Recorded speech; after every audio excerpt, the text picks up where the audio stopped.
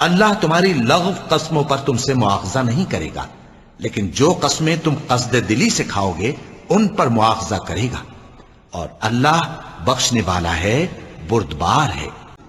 اور جب ان سے کہا جاتا ہے کہ جو حکم اللہ نے نازل فرمایا اس کی طرف رجوع کرو اور پیغمبر کی طرف آؤ، تو تم منافقوں کو دیکھتے ہو کہ تم سے گریز کرتے اور رکے جاتے ہیں۔ پھر کیسی ندامت کی بات ہے کہ جب ان کے اعمال کی شامت سے ان پر کوئی مصیبت واقع ہوتی ہے تو تمہارے پاس بھاگے آتے ہیں اور قسمیں کھاتے ہیں کہ واللہ ہمارا مقصود تو بھلائی اور مصالحت تھا۔ ان لوگوں کے دلوں میں جو کچھ ہے اللہ اس کو خوب جانتا ہے۔ تم ان کی باتوں کا کچھ خیال نہ کرو اور انہیں نصیحت کرو اور ان سے ایسی باتیں کہو جو ان کے دلوں میں اثر کر جائیں۔ جو شخص رسول کی فرما برداری کرتا ہے تو بے شک اس نے اللہ کی فرما برداری کی، اور جو نافرمانی کرے تو اے پیغمبر تمہیں ہم نے ان کا نگہبان بنا کر نہیں بھیجا۔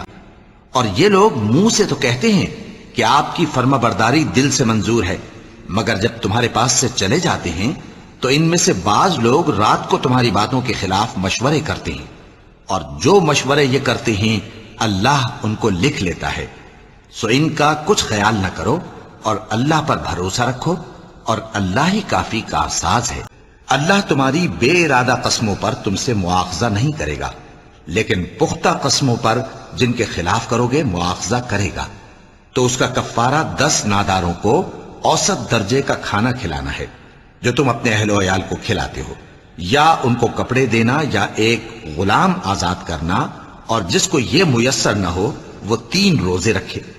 یہ تمہاری قسموں کا کفارہ ہے جب تم قسم کھا لو اور اسے توڑ دو، اور اپنی قسموں کی حفاظت کرو۔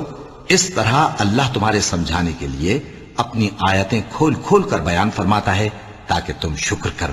مومنو، منہ بولے بیٹوں کو ان کے باپوں کے نام سے پکارا کرو کہ اللہ کے نزدیک یہی بات درست ہے۔